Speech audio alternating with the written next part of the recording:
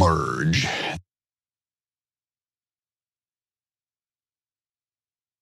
Merge. I don't play with lions. I don't play with those. I don't even do roller coasters. Wow. Well, hello.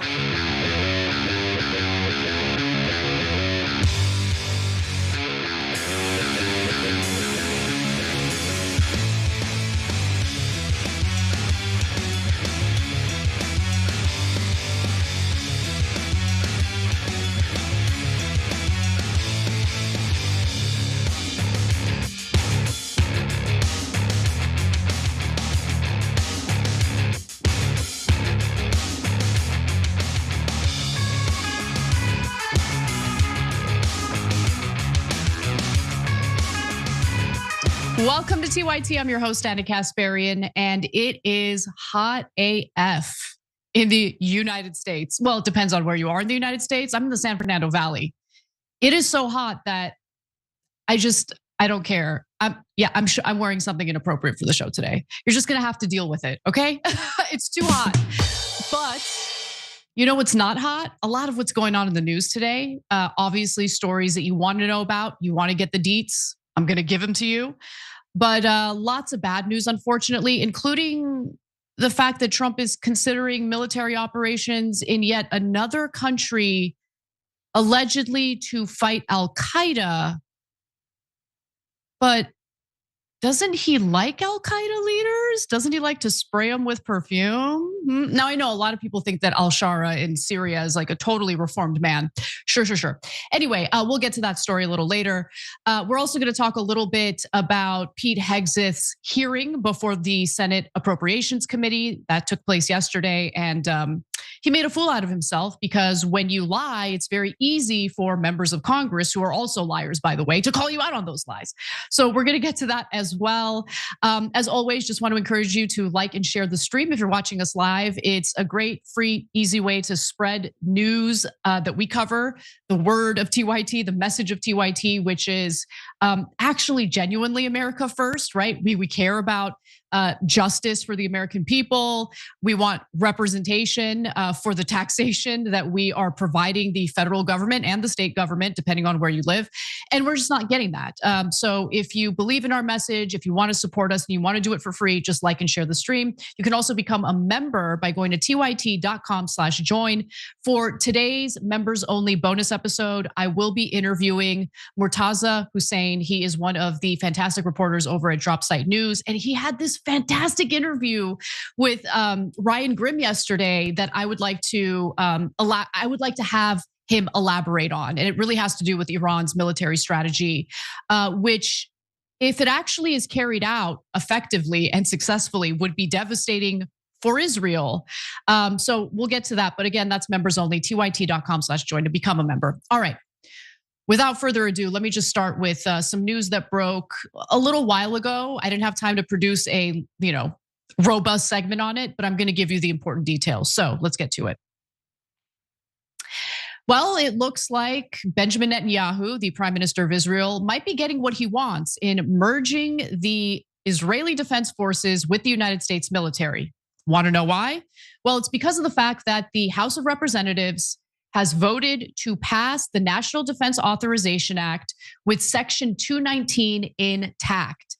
Now, of course, that's the provision that allows for the merging of certain parts of the Israeli military with the US military. Clearly, Americans are not in favor of it. It is not something that is even being covered deeply by legacy media outlets, likely because they know that it would be very unpopular with the American people. But I don't want people to give up hope, because while this has passed in the House, the National Defense Authorization Act needs to pass in the Senate for it to become law. And there is some good news because of the good work that you all have been doing in pressuring your elected Congress members and pressuring senators. The Senate did strip their version of Section 219. It has a different, provisional title, but they stripped their version of it from the Senate National Defense Authorization Act legislation. So obviously you can't pass a different version in the lower chamber. So they're going to have to go back and forth until they finally agree on a final version of the National Defense Authorization Act. But I don't want you to think that it's over. Netanyahu's getting what he wants. The Israeli military is now baked into the US military. That is not true yet. So there is still a fight to be had, and it's really up to the Senate now, which is a little bit devastating because I don't really trust any member of Congress at this point. But the fact that we have seen some success in stripping the provision from the Senate version does give me a little bit of hope. Now, with all of that in mind, we need to name names. Now, unfortunately, the vast majority of Republicans voted in favor of the NDAA with Section 219 intact. 7 Republicans, though, did defect, and they deserve credit. Now let's go over to the Democratic side, where the vast majority voted no. However, 6 Democrats voted in favor of the National Defense Authorization Act with the inclusion of that provision, which allows for the IDF to partly merge with our military. And I want to name their names. Congressman Don Davis, Jared Golden, Adam Gray, Vicente Gonzalez, Marie Gluesenkamp Perez, and of course, Henry Cuellar. Henry Cuellar, the congressman who is incredibly conservative socially, but aside from that, he was the candidate that Nancy Pelosi, when she was House Speaker, pushed real hard to get elected in a Democratic primary where he had a progressive challenger. Fast forward to today, and you have Henry Cuellar voting in favor of a Pentagon funding bill, which, by the way, is budgeted to the tune of $1.1 trillion. $1.1 trillion. He votes in favor of that and agrees to the treasonous provision of merging a foreign country's military with our military. So when people ask me why it is that I see both parties as 2 sides of the exact same coin, this is what I'm talking about. And I know people like Destiny are gonna have like a panic attack about it because he sees his legitimacy as a mouthpiece for a failing, corrupt Democratic Party. But I would like accountability from the people who signed up to represent us. And the fact that you have 6 Democrats who voted in favor of $1.1 trillion to a Pentagon that has failed every single one of their audits and includes a provision that I find absolutely loathsome and disgusting, which merges a foreign country's military with our own. Destiny and people like him really do not have the upper hand or a moral leg to stand on here. Okay, their arguments are not righteous. Their arguments are just partisan brained. And we didn't sign up to be public servants for members of Congress. They signed up to be our public servants, and they're doing a pretty poor job on it, especially the Democrats who purport to be such strong fighters against, big bad Trump. What have they done? What have they done in their big fight against Donald Trump? Nothing. I mean, literally last night for the first time, AOC posted something about Section 219 on X and talked about the importance of voting no on the National Defense Authorization Act. The reason why I'm so hard on AOC is, because she has been disappointing in some areas for sure. But aside from that, she knows what kind of power she has. I mean, the second she opens her mouth, everyone's paying attention, both her haters and the people who love her or the people who are indifferent. People pay attention to what she has to say. It would have been far more effective, and it would be something that I would personally appreciate deeply if she had pushed a campaign, much like Ro Khanna, to strip the National Defense Authorization Act of Section 219, but she didn't do that. So I do have high standards for her because she told us to have high standards for her. And unfortunately, she hasn't delivered to the extent that I think she could deliver with the type of power she has in this attention economy. So we'll update you guys on what happens in the Senate, but right now the House is a massive disappointment, and Don Davis, Jared Golden, Adam Gray, Vicente Gonzalez, Marie Gluesenkamp Perez, and Henry Cuellar are disgusting, and they should suffer political consequences for what they did today. All right, well, let's move on to some other news because I did want to kind of inform you guys on some of the more unhinged things that Trump has been saying lately about the ongoing quagmire war that we have engaged in against Iran. As President Trump says, from this point forward, anytime the Islamic Republic of Iran shoots at a ship in the Strait of Hormuz, whether it be by missile, rocket, drone, or any other device or weapon, the United States will bomb and destroy one bridge or power plant, including those located next to or in the capital city of Tehran. The 11th night of American airstrikes in Iran came as diplomatic efforts have shown little signs of progress publicly. President Trump has threatened once again to destroy or target Iran's civilian infrastructure if he doesn't get his way with the free flow of transit through the Strait of Hormuz. So he's arguing if Iran strikes any vessel that's attempting to transit through the strait, we will go ahead and attack their civilian infrastructure. Now, Trump has tried this method before, as we all know. He does the same thing over and over and over again. And does it yield any positive results with the Iranians? Trump has previously used such rhetoric to push Iran to reopen the strait. The Geneva Conventions prohibit strikes on infrastructure, acknowledged to be indispensable to the survival of the civilian population. Not that he cares about international law or the Geneva Convention or anything like that. But the point in sharing that little excerpt from that Politico article is the fact that Trump just keeps attempting the same failed strategy over and over again and committing war crimes while he's doing it. Now, with all of that in mind, for its part, Iran has made abundantly clear that they will not relinquish control of the strait. And why would they? The Strait of Hormuz is where they have their leverage. They also have leverage when it comes to the Red Sea because Trump's escalation of the war, the fact that he decided to reignite the war against Iran, has certainly led to the Houthis, who are of course backed by Iran, to carry out a blockade in the Red Sea. And the Red Sea route for the transit of Saudi oil was really the loophole, the go around that the Saudis were relying on. And now that has been closed. Now, let's be clear, the United States has lost this war and has lost it badly. And at this point, it would probably be far better for us to just withdraw entirely. But Trump seems poised to remain in this war, poised to see more of our service members get killed as a result of this war. And this is all happening while military experts, people like Joe Kent, say over and over and over again, there is no military option here. There is no military option. So 18 of our service members that we know of, by the way, have been killed in this war so far. Nearly 500 soldiers have been wounded. And while any commander in chief would be absolutely devastated at the loss of American service members in a war that's being fought on behalf of a foreign country, Trump's comments ahead of the dignified transfer of their remains at the Dover Air Force Base prove otherwise. Just take a listen to what he had to say. I'll be going to Dover for something that I feel is it's a great honor for me to do it. These are people that want it, and they feel like I do, that Iran cannot have a nuclear weapon. Very simple. It's a very simple dictum. They cannot have a nuclear weapon.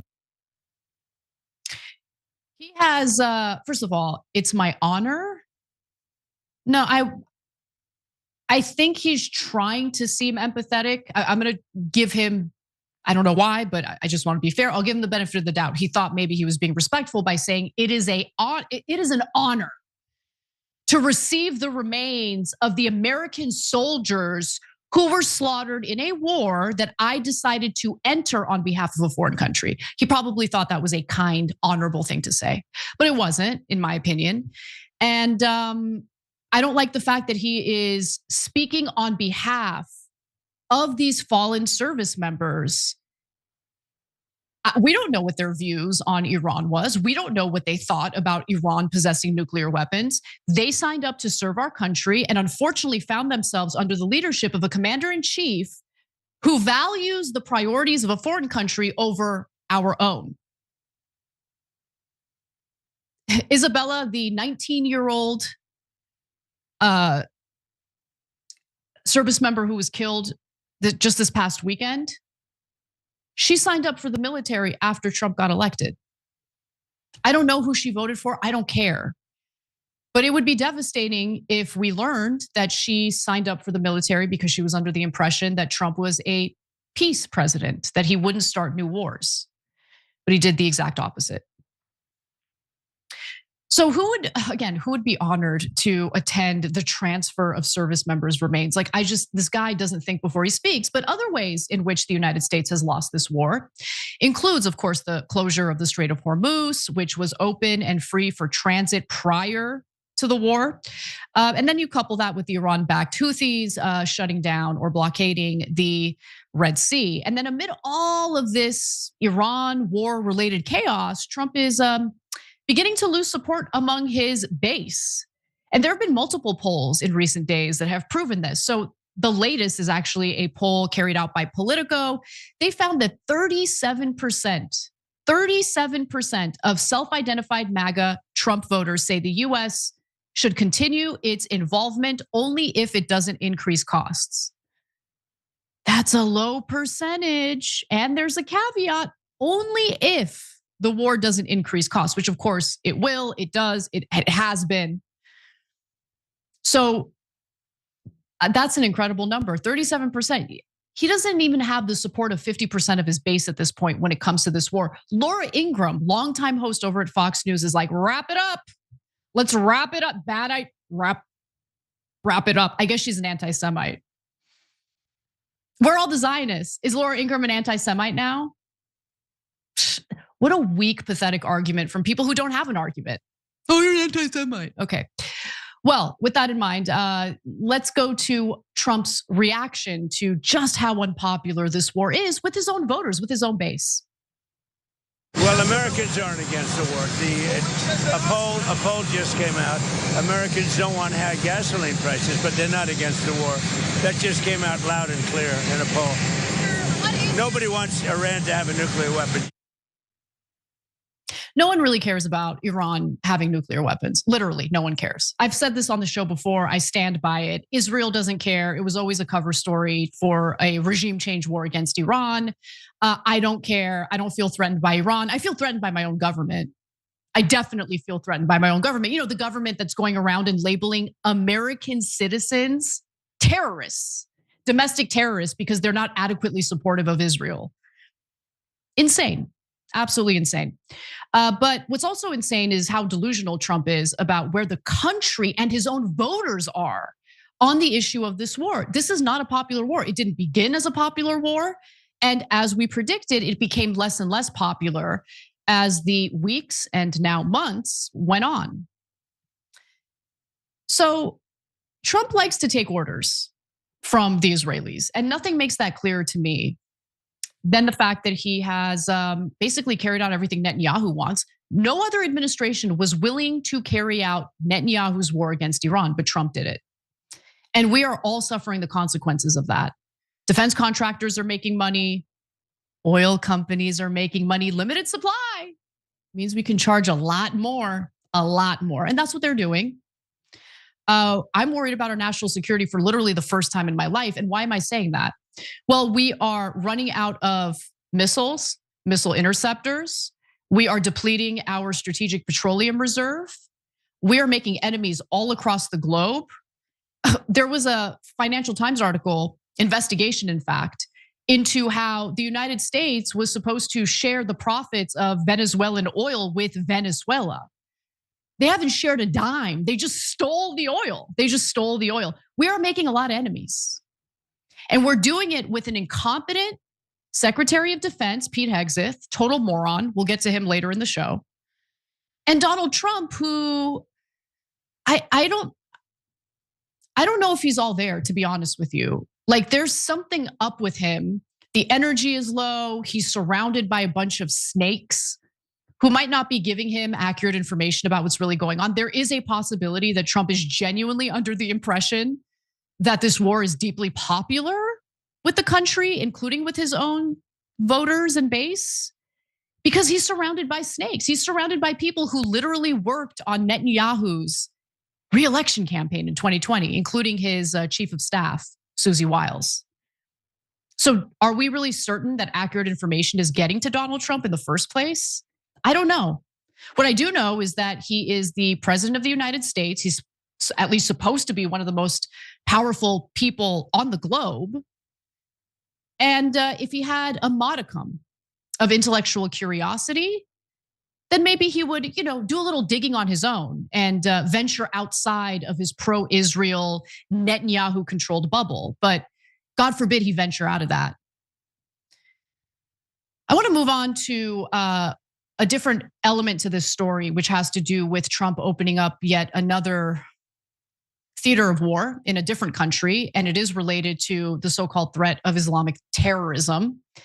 I'm going to talk about that a little bit when we come back from the break because we're out of time, but don't miss it because it's important to know that Trump might be the president who has betrayed his voters more than any other previous administration. And I'm not saying that lightly because we've had a lot of terrible administrations who have reneged on a lot of promises.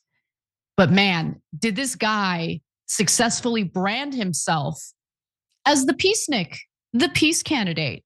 And it was easy for him to do it because Kamala Harris was so stupid that she decided to campaign with neocon Liz Cheney, the architect, one of the architects of the Iraq War. I mean, the optics of that were just chef's kiss, perfect for Trump. But it turns out, and this was predictable, he is anything but a peacenik. So let's take a break. When we come right back, I'll tell you about what he's planning to do to a West African country. Merge.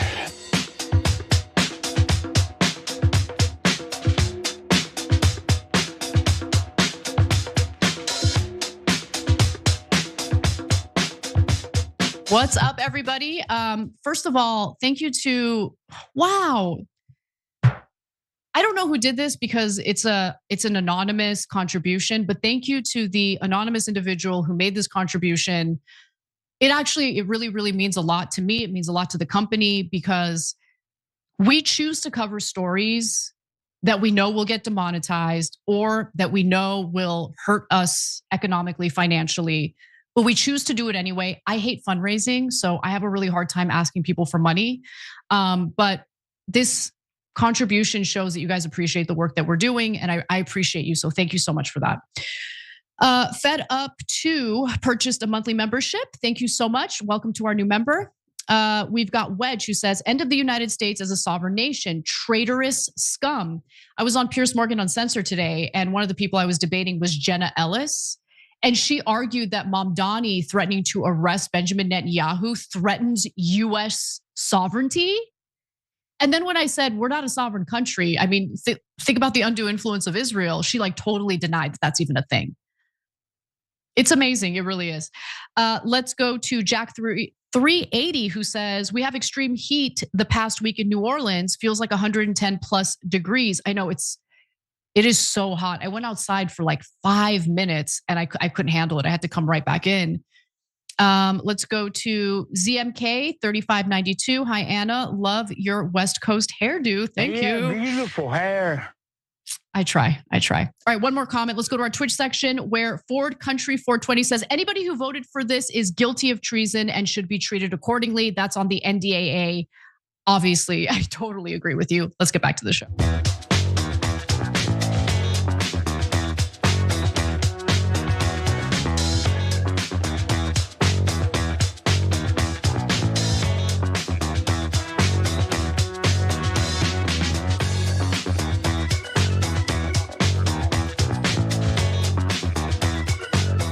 Welcome back to the show, everyone. So I guess yesterday marked the 10-year anniversary of Alex Jones crashing our set during our live broadcast at the Republican National Convention in 2016. And it is so crazy to think about how I felt emotionally as it happened and soon after it happened, because I was not happy about it. I was really angry. And I also think about how funny I find it. Like, I find it entertaining and funny now. Just because it was such a chaotic moment.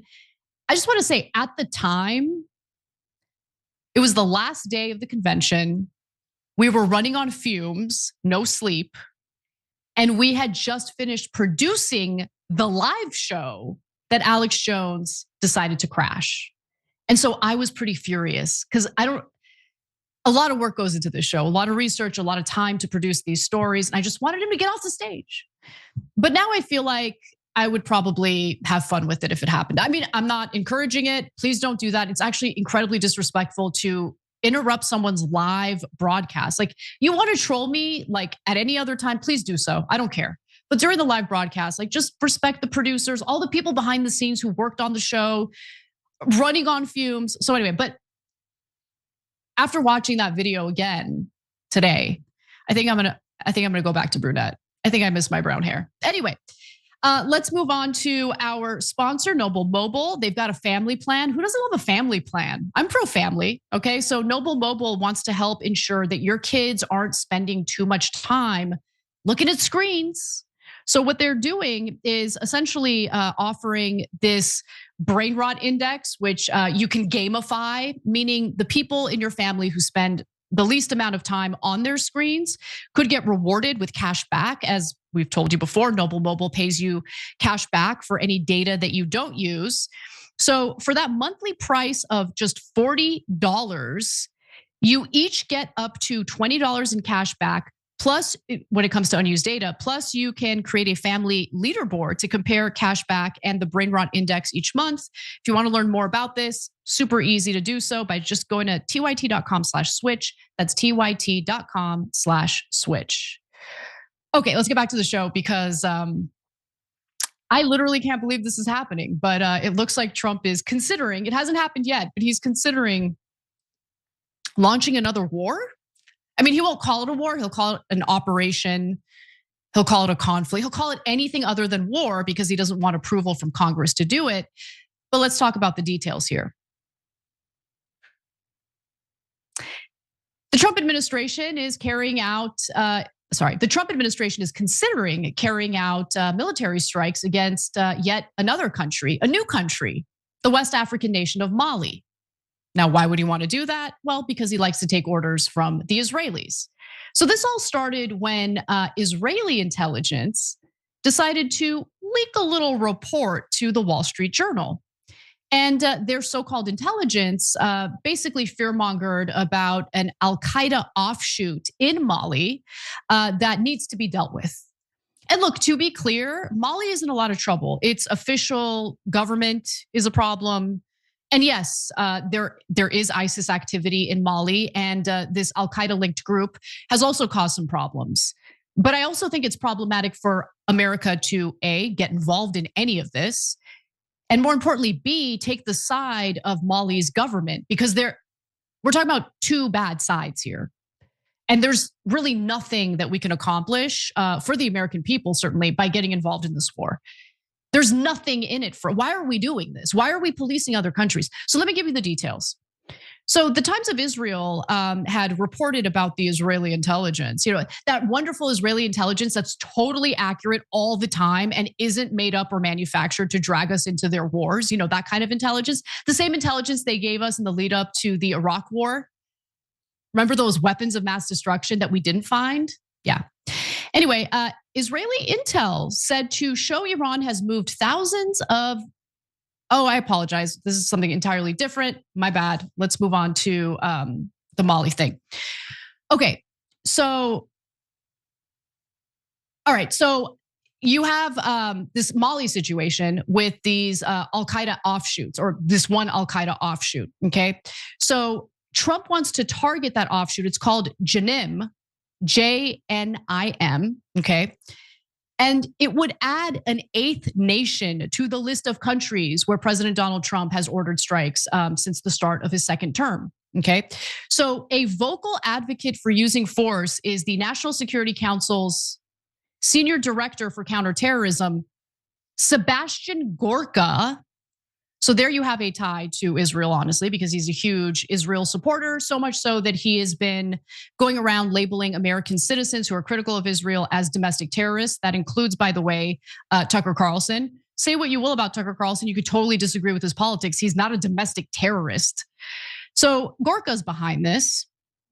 And then when the White House was asked for comment, an administration official would not disclose whether the president intended to move forward with military strikes, but said the United States has been urging governments in North and West Africa to purchase US equipment and services to support their war efforts against the terrorists. So Janim has been causing problems. I don't want to downplay that because they have been causing problems in Mali. It is a landlocked country that is dealing with a lot, 25 million people.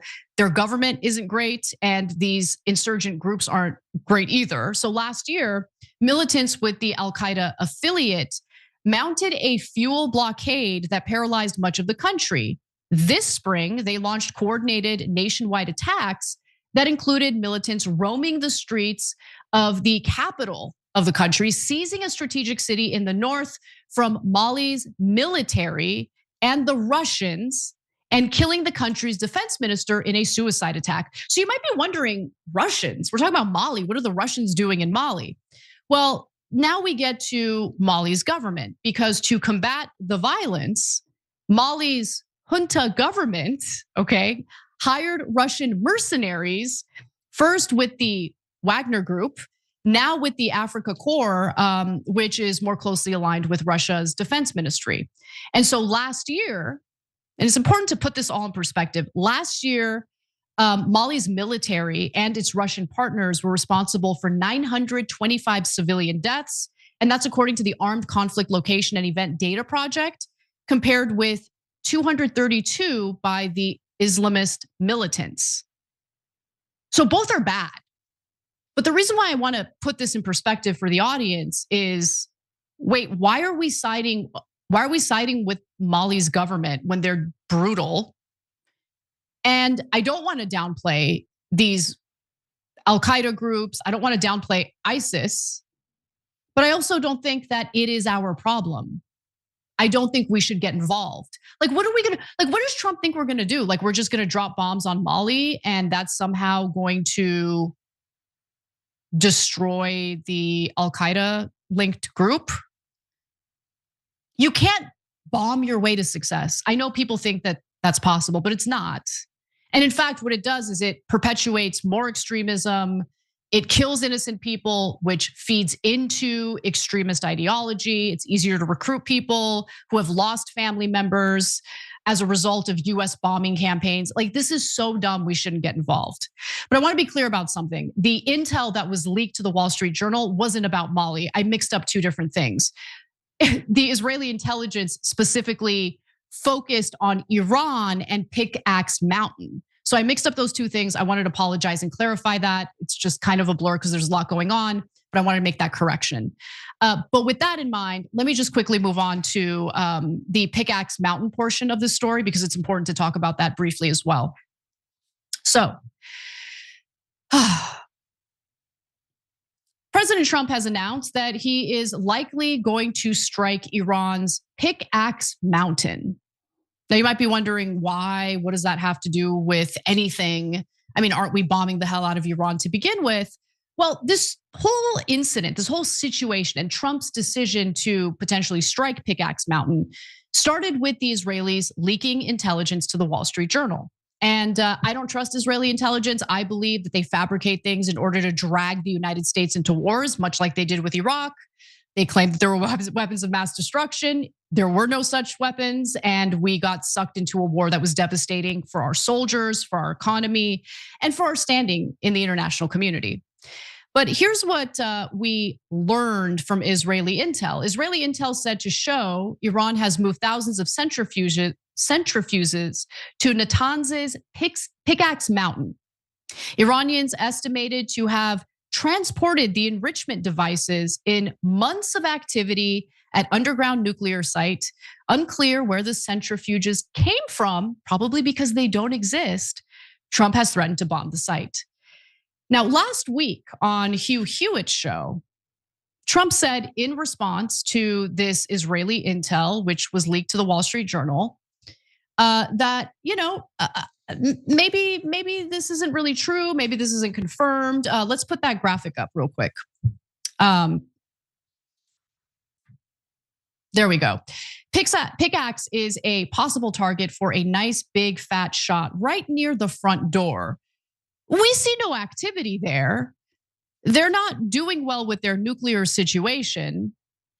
We'll probably give Pickaxe a shot relatively soon. Like, okay, keep the graphic up. I want you guys to read that for yourselves. Read it slowly. Okay? We see no activity there. They're not doing well with their nuclear situation. So naturally, the next line should be, we're not gonna strike it because we are low on missiles, and it makes no sense to strike anything until we have confirmation that the strike would actually accomplish something, right? So then Trump was asked about Pickaxe Mountain again, and here's what he just recently said. Do you believe that Iran has moved nuclear centrifuges into Pickaxe Mountain? And when you say we're not done yet, what is left to finish? Well, I think that they may have. We don't have it on record. All we do is read the fake news. We see the news is so wrong so many times. So, maybe this one they have right, but it's okay. It doesn't mean anything unless they have the material. You're talking about the centrifuges. Yeah, it doesn't mean anything unless they have the material. They don't have. We follow the material. That's where the action is, and we'll be hitting that area probably pretty soon. And there's not a thing they can do about it. Okay, I mean, does he sound like an intelligent person? We don't know. There's probably nothing going on. They probably have the intelligence wrong, but we're gonna strike them soon. Nothing Iran can do about it, Okay. So let's talk about what would be accomplished by striking Pickaxe Mountain based on unconfirmed Israeli intelligence, which everyone should take with a grain of salt. Well, interestingly enough, there was a statement from Mario Nawfal, of all people. Now, he spends his entire day talking to all sorts of experts on questions of foreign policy. And apparently one of his guests said something really fascinating about whether even a bunker buster bomb could cause some damage to centrifuges that are buried under Pickaxe Mountain. Let's take a look at what he had to say. This is video 5. So one of my guests did mention to me that, Mario, even a tactical nuke cannot destroy Pickaxe Mountain. I'm like, there's no way. Let me check that. It's actually true. It is so freaking deep that a tactical nuke, now I don't know if there's different degrees of how powerful a nuke is, maybe multiple nukes, I'm not an expert, but I researched if a tactical nuke could destroy the facilities, it could cause damage in different ways depending how it's built, but it won't destroy it. And that's a tactical nuke, putting aside bunker busters, which have no chance of destroying it. So the only way if you want to destroy it or get whatever's in there is through a raid, through having boots on the ground. Through having boots on the ground, which is what, of course, Israel's pushing for. But what I also thought was really fascinating is what Joe Kent had to say, what his fear is in regard to this whole narrative that's being built about Pickaxe Mountain in Iran. And it has to do with nukes. Let's take a look at what he had to say. The Israelis leak to the Wall Street Journal that Pickaxe Mountain is where all the highly enriched uranium is being stored, implying that they got the highly enriched uranium out of the 3 sites that we bombed, and now it's all at Pickaxe Mountain. So they leaked that at the same time. I get nervous with that. And then what we talked about last time I was on your show last week, when you had Netanyahu winking and nodding about, oh yeah, I went and I visited the textile facility in Dimona, basically saying that like, yeah, we still have this nuclear capability. It's the first time he's brought it up in quite some time. And like we talked about last time I was on the show, the more you play out the military scenarios, if you have to have a military solution and your goal is like the Israelis, and that is to have the regime completely crumble. And we want, basically, the president's even saying, he wants he wants Iran basically to give us everything that we want. They're not going to do that. And so I think what they've done with this messaging coming out of the cabinet meeting and saying like, we don't want to be part of the American campaign, I believe that they've kind of given us plausible deniability. That way, if they were to go and they were to use a nuclear weapon, potentially on Pickaxe Mountain or somewhere else, they've made a public statement that we can point back to. We can be like, hey, we didn't know the Israelis were going to do that. That wasn't us, that was the Israelis. That's my big concern. We are fighting a war against Iran under the false claim that they are a threat to our national security because they are attempting to build nuclear weapons that they actually were not attempting to build. Yet, Israel has a clandestine nuclear program for nuclear weapons, not for energy, for nuclear weapons, not for civilian use, not for hospital use, for nuclear weapons. Multiple public figures and politicians in Israel have threatened to use their clandestine nukes against, in some cases, the United States, as was the case with Jonathan Pollard. He admitted as much. And sometimes by Netanyahu when he references it in regard to the war against Iran. The threat to world peace has been Israel. The threat when it comes to nuclear war is Israel. Yet we got dragged into a war on behalf of Israel because Israel is very afraid of Iran's non-existent nuclear weapons. That's where we're at, folks. That's where we're at. It's just so pathetic. Anyway, speaking of pathetic, when we come back from the break, I want to talk a little bit about Secretary of Defense Pete Hegseth's performance yesterday before the Senate Appropriations Committee. It was embarrassing to say the least, but you got to hear how much money the Pentagon is demanding from Congress. We'll be right back. Just remember, don't pop any bubble wrap because all that air comes from China. Another good point.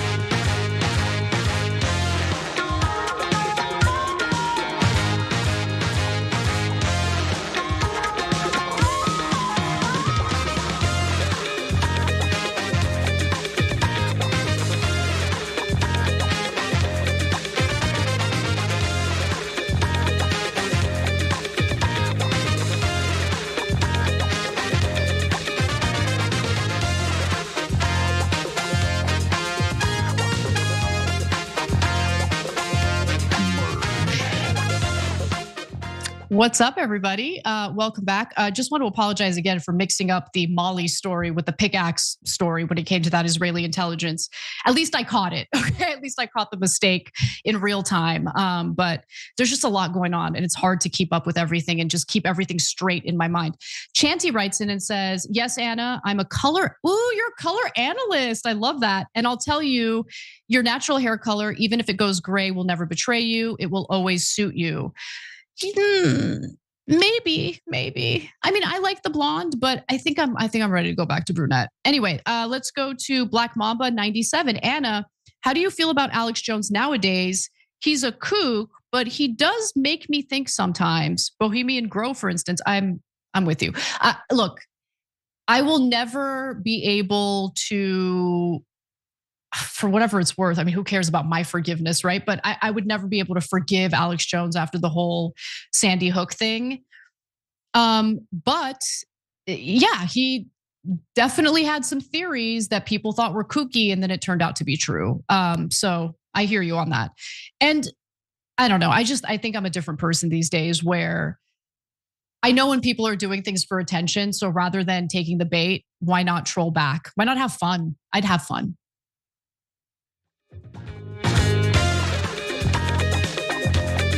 I created hemorrhoids.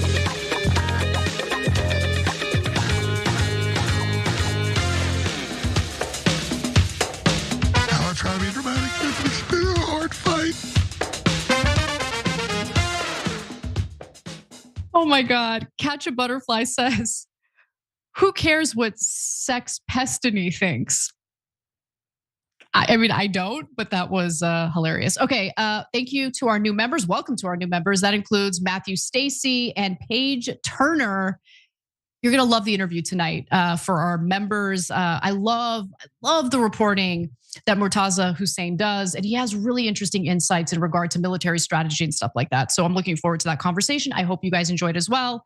Let me read some super chats so I'm not behind. Let's go to Master Zen 107 who says this country is sick. More people are mad about Mamdani's words, yet not a single one of them even questioned the war crimes. P.S. Nice job on Pierce. Your passion is beautiful. Thank you. I'm trying to learn to make the same arguments I make without getting angry But it's so hard. It's so hard. I think I did a decent job today. Elliot writes in and says, can you please interview Hunter Gordon? He's running for Washington's 1st District against AIPAC's good friend, Susan Delbene. Thank you. Definitely. I know for a fact that Cenk would want to interview that candidate, and I'll look into it and see if it's a good fit for the main show as well. Dav Mill says, I would remove all US bases from foreign soil and all foreign aid and withdraw from NATO. We're $40 trillion in debt. Here, Dav, you're totally right. And in fact, I would love if we cut the Pentagon's budget and maybe considered using effective soft power. Like, I do think US aid was, like, some of the programs were insane. I agree about that. But there were also programs having to do with the US flexing soft power, which I think were both important in that it would help people, it would save their lives when it came to diseases and things like that, certainly like the AIDS programs that were funded through US aid. I think helping people across the globe and fostering strong alliances through those partnerships, those, something that's mutually beneficial is far better than just attacking countries to get what we want, bullying countries the way that we've been doing. I don't think that's good for our national security. It's certainly not good when it comes to the fiscal health of our country, the economic health of our country. So you're totally right about that. Okay, let's move on to Pete Hegseth. It's gonna take a lot for me to not lose my mind because there's something about him in particular that really triggers me. And I think it's because of the unearned confidence and the fact that he has such an important role in the Trump administration. But to me, he's one of the most incompetent people we have ever had in government. And I don't say that lightly, lots of incompetent people, but Pete Hegseth takes the cake. Watch. Not funding this department at 1.5 trillion, I believe, is the greatest threat that our nation faces. Either we invest in our warriors at this moment of step change on the battlefield and growing threats, or this is all just talk. Did you hear that? So our Secretary of Defense thinks the biggest threat to our national security is not giving the Pentagon all the money that they want. Now, Hegseth was testifying before the Senate Appropriations Committee alongside the chairman of the Joint Chiefs of Staff, and that's, of course, General Dan Kane. And well, it's amazing because this hearing in particular is a perfect encapsulation of why it's easy to look like a fool when you just lie all the time. It's so easy to catch you in a lie. And that's really the theme of this entire hearing. Now, the point of the hearing also included the request from the Pentagon, from Pete Hegseth, to provide additional funding to the Pentagon as this war against Iran reignites. And that's a little bit of a disaster because we had a National Defense Authorization Act bill that passed, and it was close to $1 trillion. $1 trillion wasn't enough. So what Hegseth wants is a supplemental Pentagon funding bill in order to close that gap when it comes to paying for the war against Iran, the war that we're fighting on behalf of Israel. Are the Israelis having congressional debates or parliamentary debates about providing more funding for the war against Iran? No, of course they're not, because the stupid Americans are the ones bankrolling their war. So before we get to some of the highlights or lowlights featuring Hegseth in this hearing, I do want to give you the important context here, and that has to do with the numbers, the figures, the spending. So when it comes to additional spending on the Iran war, Hegseth put the cost of the Iran war so far at $37.5 billion, but that was up from the roughly $30 billion figure he presented to lawmakers earlier this month. Not in April, earlier this month. He's like, well, we just, you guys provided like $1 trillion for the Pentagon, and that was great. But now we need $30 billion more. And then weeks later, he's like, make that 37.5 billion. Okay. And by the way, Hegseth is lying in regard to how much we've already spent on the war against Iran, because the Defense Department's internal overall cost for the war so far is $80 billion to $100 billion, including the cost of repairing damaged US military bases. Just pull out. Please, pull out. pull out like a college freshman. Pull out. We don't need those bases. But anyway, repairing damaged US military bases, replacing destroyed aircraft, and fully replenishing American weaponry, according to 3 US officials. So he's lying under oath, of course. He's done it before. Why wouldn't he do it again? There's no consequences. There's no justice. Now, while Hegseth lied and told senators that the war has only cost $37.5 billion, he also said that the Pentagon needs to double that amount to close the Pentagon's budget gap through September. The Defense Department is asking Congress for $67 billion in supplemental funding after $891 billion, close to $1 trillion, was approved to carry the Pentagon through September 30th. But apparently it's not enough for the, portion of the government that can't pass a single freaking audit. Where's that money going? Someone pocketing it? How are they unable to account for all that money? And more importantly, this is the more important part. How is it that Congress, year after year, continues to increase the Pentagon's budgets when the Pentagon has failed every single one of their audits? Is that how the real world works? So you tell me, if I decide I'm gonna take out a bunch of credit cards and just go nuts, I'm just gonna charge up a storm, max out those credit cards, and then refuse to pay them. Let's say that I am, I don't know, a year late on making a single payment. Do you think another credit card company is going to provide me a line of credit? No, of course not. But when it comes to the Pentagon, they get whatever they want, whenever they want, however they want. It's disgusting. And today, Congress, the House in particular, voted in favor of passing the National Defense Authorization Act with the inclusion of Section 219, which would merge the IDF with the US military. Regardless of how much these members of Congress want to pretend like that's not what it would do, that is what it would do. You should read the provision for yourselves.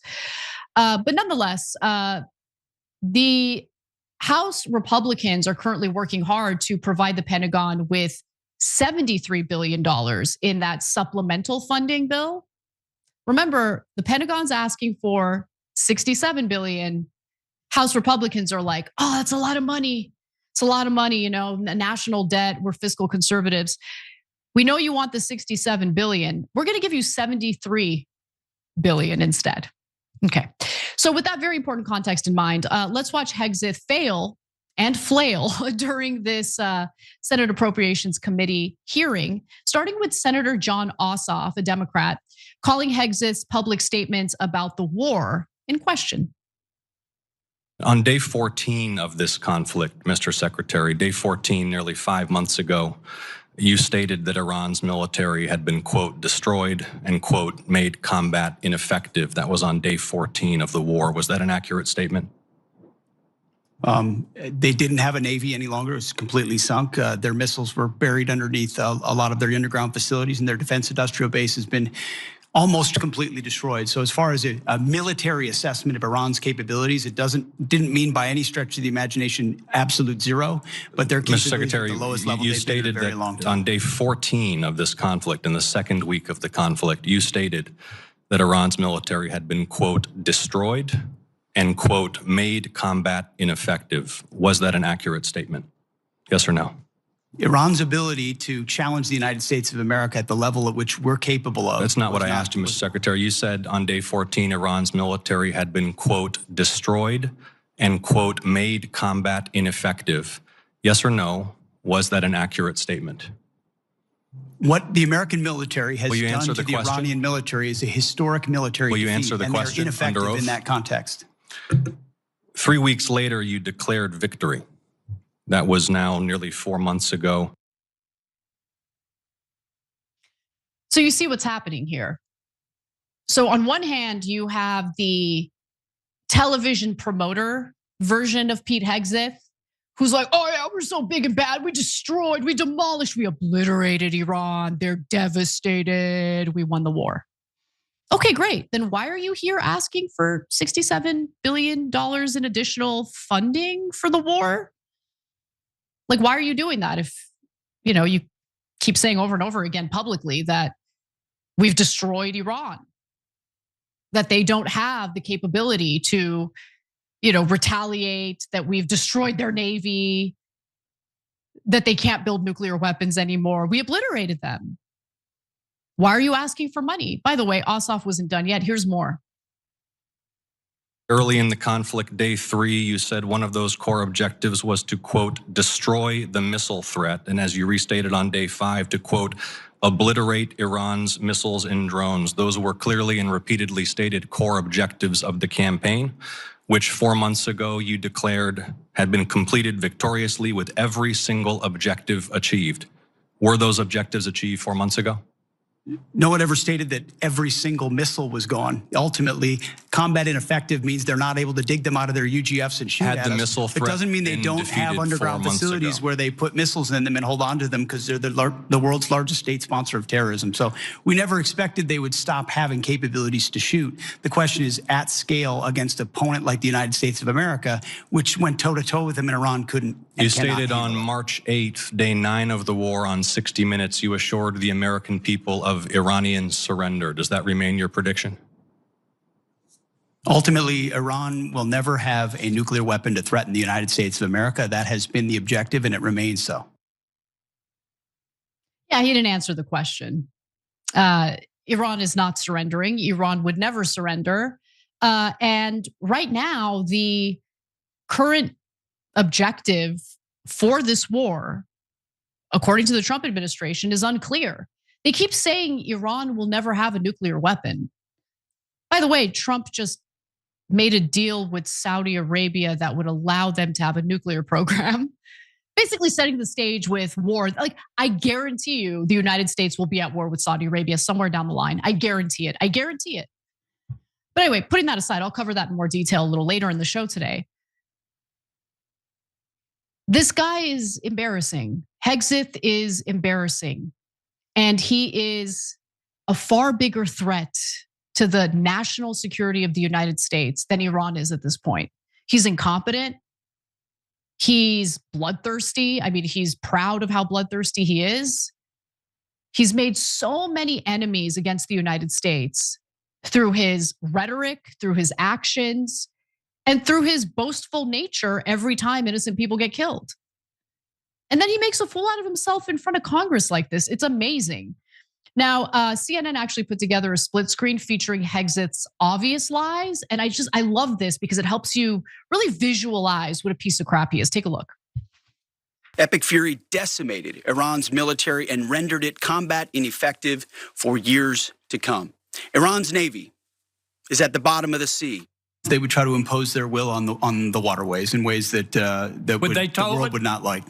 Call it a toll, call it a fee, call it an exchange, call it control. They would do something that they would try to hold it at issue. There is a crisis with those stockpiles right now in private industry. That is a manufactured story that the media wants to peddle. And ultimately, our stockpiles are great, and they'll only get stronger. We face critical shortfalls that threaten our ability to also simply pay our service members, rapidly replenish equipment and munitions, and sustain vital operations without disruption.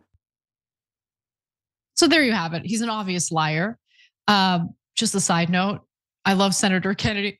Would they toll it in the middle of that hearing? That was great. Anyway, so the real question here is why? Why lie? Why not just be straight with the American people? Why not actually tell us what's going on? Because here's what I would venture to say. I'm never going to be supportive of fighting a war on behalf of any foreign country, including Israel, obviously.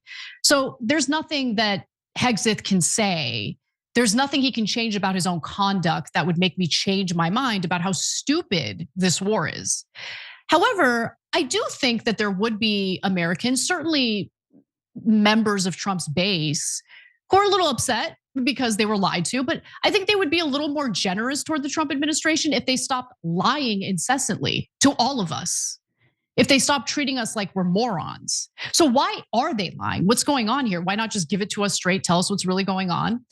Well, one reason could be, market manipulation. If you've noticed, Trump and his cronies tend to talk about like, ooh, peace deal, peace deal. There's a peace deal on the horizon. They try to make it seem like the war isn't that bad. They downplay the war. just to manipulate the markets. And then they ramp things up days later. So that's one explanation. But there's another explanation. I think this one's really important to the Trump administration and to the Republican Party. And that has to do with what we're learning through public opinion polling. This is an unpopular war with the American people overall. It began as slightly unpopular with Trump's base, but is now increasingly unpopular with Trump's base. And with the midterm elections coming up, I think the Trump administration, including Pete Hegseth, were under the impression that they could lie to us about what a success this war has been. Mission accomplished, mission accomplished. I mean, George W. Bush, he is so happy. He's like, oh, they took my mission accomplished foible when it came to Iraq and just did it over and over again to the point where I look like I'm not that bad. There is no mission accomplished here. We have lost the war and there is no military option to win the war. So let's get into the polling real quick because a new Politico poll shows the following. Only 37% of self-identified MAGA voters say the US should continue its involvement only if it doesn't increase costs. And that's up from 29% who said the same in May. So 37% are like, if this is gonna increase costs, we want nothing to do with this war.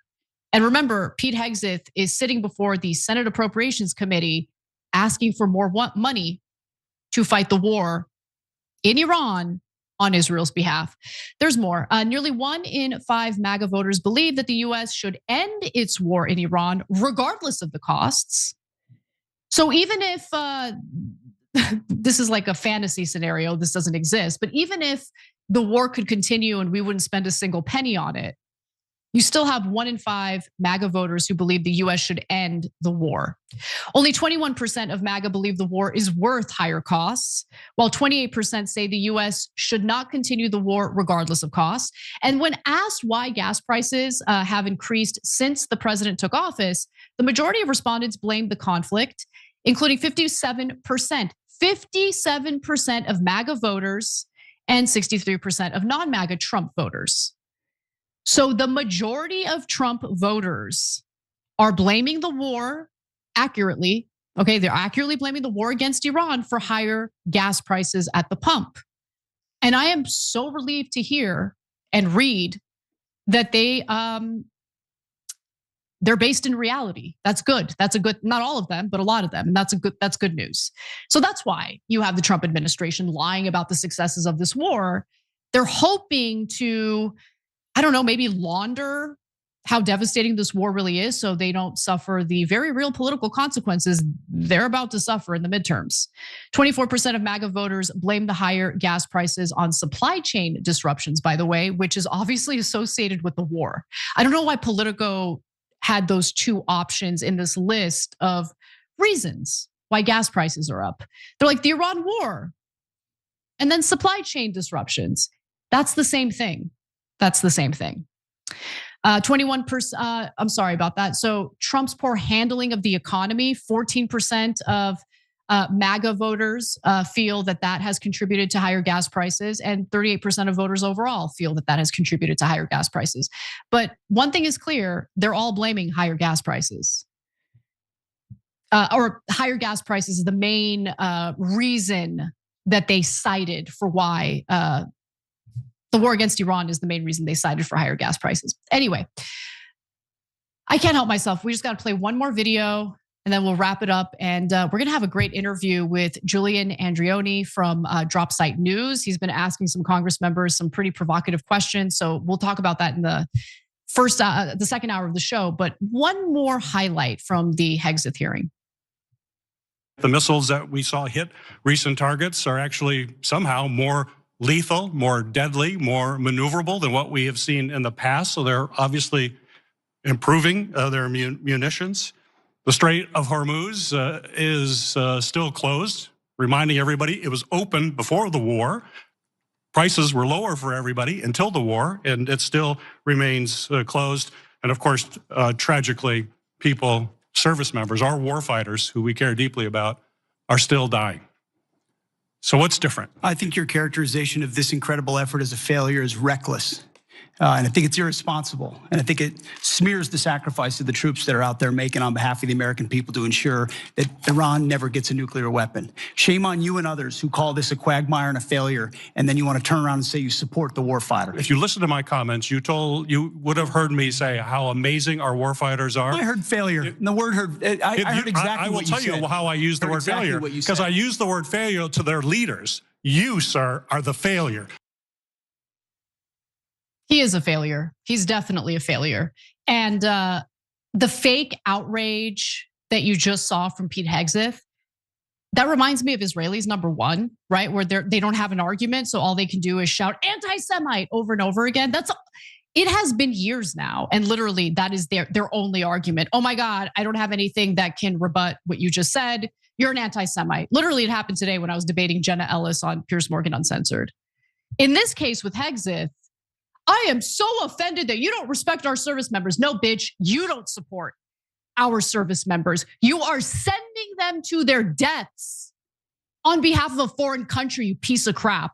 And you have the audacity to argue that anyone who poses an adequate, responsible question about our involvement in this war hates our troops. No, it's not 2003, homeboy, okay? You're not gonna be able to pull a fast one on us by claiming that we don't respect or love the troops in order to goad us or pressure us or bully us into pretending like this war is a great idea. It's not a great idea. It's not good for our service members. And the fact that we lost 18 service members already for a war that we are not gonna win, that has no military option for success, that has killed our own and injured hundreds of our own on behalf of a foreign country is infuriating. So the only people who have the right to feel genuine offense right now are the family members of those fallen soldiers and the American people who are forced to bankroll this devastating war that has led to inflation in our economy. That's it. We gotta take a break. We'll be right back.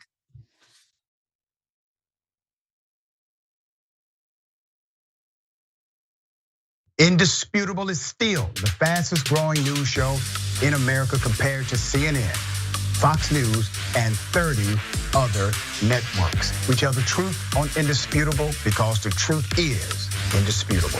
We go places that other news media outlets refuse to go. When there were human rights abuses happening at the Victorville prison, guards and members of the community contacted us. You, through your investigative reporting, unearthed very troubling allegations about specific forms of abuse and discrimination in the federal prison system. It really doesn't take much to be a trusted voice.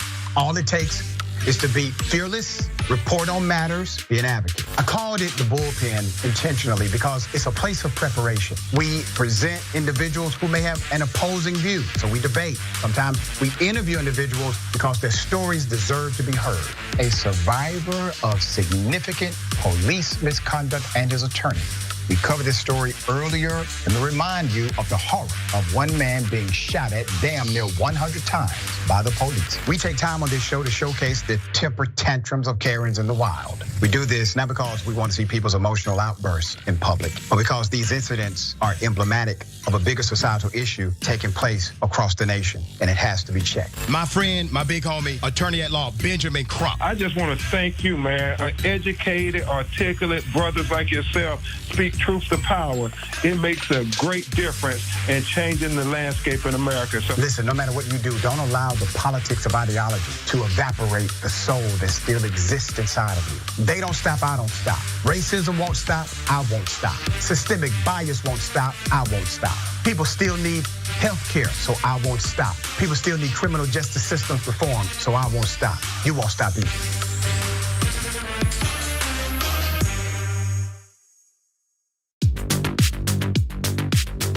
I'm wearing one of our pieces of merchandise. So the funny thing about the Dragon Squad, and that's what our viewers call themselves. That's the name of the group, but every individual chooses their own name. You might have Cincinnati Dragon. You might have Harry Potter dragon. We have a Grandma Sunshine dragon is one of those that I remember. These are people that like to have an element of themselves, their lives, what's significant to them reflected as a part of the community. But the concept of the Dragon Squad is just something I threw away as a joke. I was mocking the Proud Boys, these like right-wing groups that come up with a name for themselves that they think is cool, but it's actually really lame. And I thought, off the top of my head, I can come up with something that's still kind of lame, but much cooler. And so I threw out Dragon Squad, and I just moved on with my life. But everybody liked it, and so they kept it going, and so we've embraced it. And I think again, this was during the period of the pandemic. I think it was sort of nice to have a renewed sense of community, a feeling that you're a part of something when everything seems so chaotic. And as a result of that, we've got independent artists online streaming, making beautiful digital art of dragons. We've got, we've released a number of pieces of merchandise that people love sending us photos of them. And then, by the way, for me personally, people send me, like you can probably see in the background, like a knitted dragon someone sent me. There's a dragon book they sent me, dragon board games they send me. People have done like custom ironworks, making dragon bottle openers. Like the fans are super invested in diamond art and things like that. And so it's great that they send this stuff. Sometime we're gonna have to set up a wall of all of it. But yeah, it's definitely brought the community a lot closer together. The fact that we were no longer in this big studio, I felt a lot more personally attached to people. It felt very immediate. And I know that I personally needed the connection.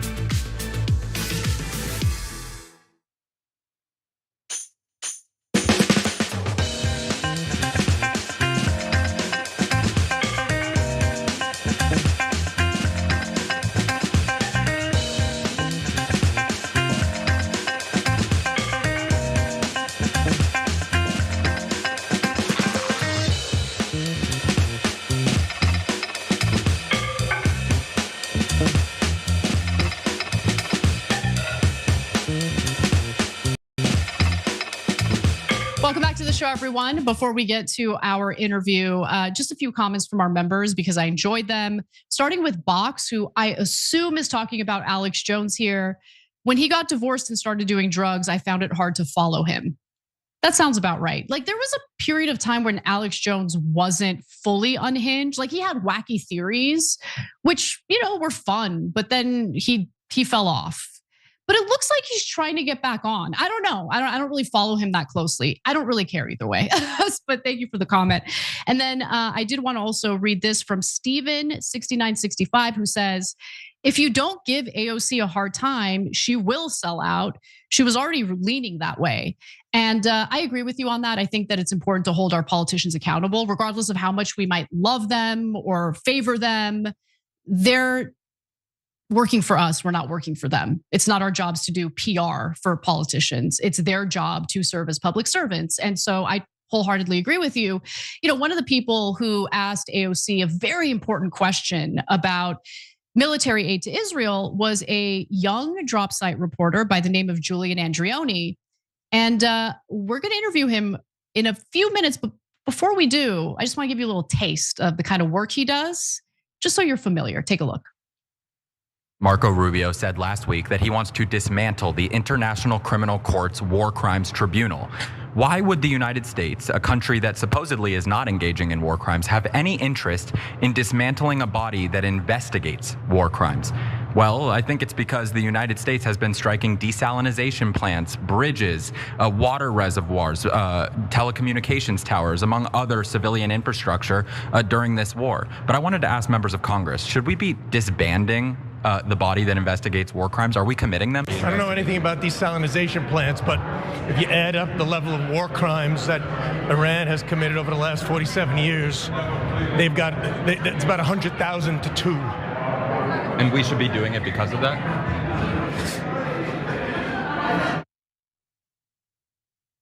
You just watched a young drop site reporter by the name of Julian Andreone. You might have caught some of his viral moments with lawmakers like Alexandria Ocasio-Cortez on the question of military funding for Israel. And luckily, we have Julian with us today to talk about the work that he's doing on behalf of Drop Site News and the kind of feel he has toward members of Congress as he asks them tough questions that longtime veterans of legacy media refuse to ask. Julian, it is wonderful to have you on the show. Welcome. Thank you so much for having me. It's really an honor. It's my pleasure, and I love the work you're doing. I love the fact that you're asking the right questions. And just to give the audience a little more info on this Marco Rubio ICC issue, the Wall Street Journal reported that Marco Rubio says that we're going to go ahead and dismantle the International Criminal Court. So here's what Rubio wrote. He says the ICC is backed and run by a powerful network of leftist non-government organizations, smug globalists, and hostile third world governments united by their enmity toward the United States, using all the tools at our government's disposal, working beside every ally with whom we can make common cause. We will dismantle the ICC brick by brick if necessary. So he goes on to explain that the ICC has clashed with the Trump administration, probably because the ICC prosecutes war crimes and things like that. But what he does not mention is more revealing, because Rubio never brings up Israel even once in his op-ed. And that's what this is really about, okay? The ICC currently has an active arrest warrant, as we've learned through the whole Mamdani debacle, right? Has arrest warrants against Israeli Prime Minister Benjamin Netanyahu and former Israeli Defense Minister Yoav Gallant. The ICC is also allegedly preparing an arrest warrant for Finance Minister Bezalel Smotrich, but none of that was mentioned in what Marco Rubio wrote. It probably won't surprise you to find who's very thrilled about Marco Rubio's announcement. The International Criminal Court seeks to become the unaccountable arbiter of a new global law, he says, Marco Rubio says, empowered to prosecute and arrest our citizens, and will existentially threaten American sovereignty. That's funny, Julian. That same argument was regurgitated by Trump's pathetic lawyer, Jenna Ellis, during a debate I had with her on Piers Morgan Uncensored today. And so she didn't want to get into the Israeli war crime. So she's like, this is about Trump. They're coming after Trump. I don't think that's what this is really about. I think this is about dismantling the ICC to carry out Israel's bidding yet again. But I'm curious what you think. Yeah, it's basically like a win-win for the Trump administration, because the US is committing war crimes and Israel's entire military operation is based on committing war crimes. Striking desalination plants, as I mentioned in that interview, but also striking telecommunications towers, obviously buildings that are housing civilians, which is a huge issue.